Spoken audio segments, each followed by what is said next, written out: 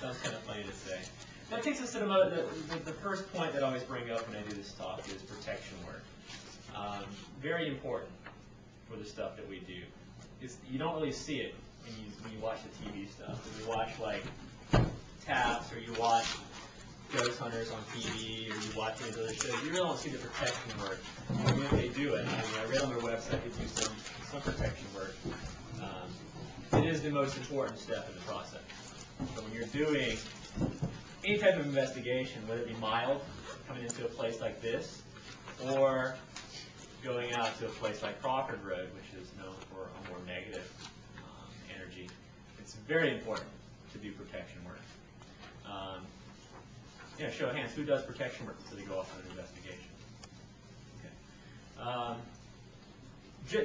Just to make it, bring it home, just think, if you walk out to a place like Crawford, we've gone out to Crawford a few times, you have other groups, and you have, different spirituality groups that go out there, like Satanists, and people who are trying to invoke different deities and energies and entities. They don't necessarily close the stuff that's out. They don't close those gates and those things they open. So you go out there doing an investigation, you encounter something you might not have wanted to encounter, and it attaches itself to you. You bring it back with you. That's why it's important to do protection work before you enter a place and when you leave. Some of the stuff that I gave you on the sheet here, just a few prayers.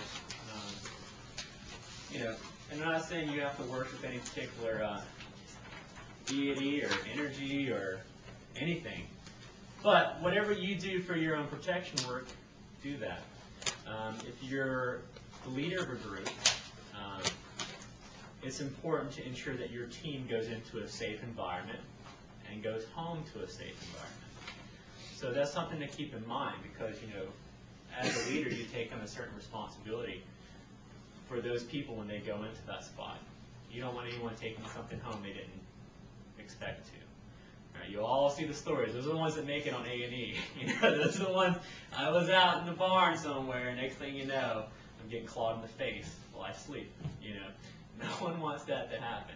If you do, then you can probably sit on this side over here, because I'm sure no one wants that to happen.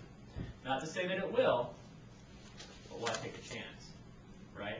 So some of the stuff that I gave you on there is are some of the more common prayers you use.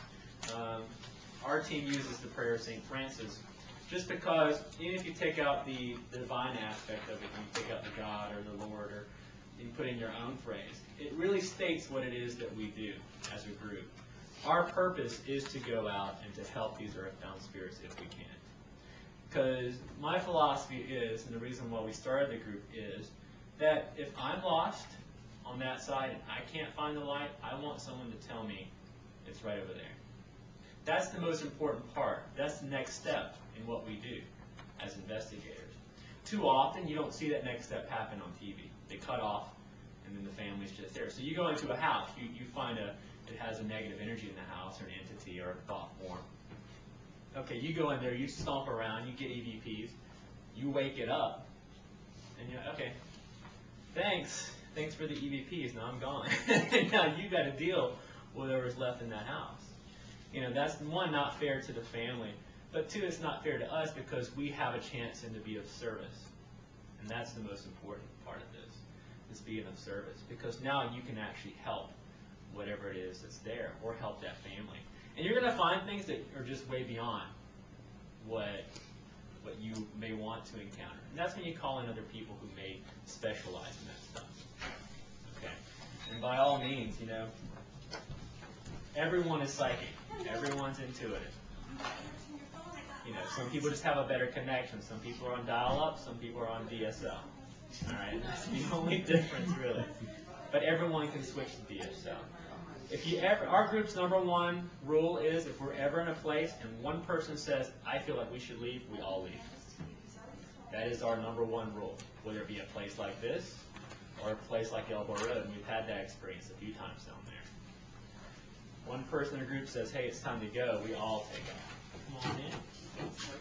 All right.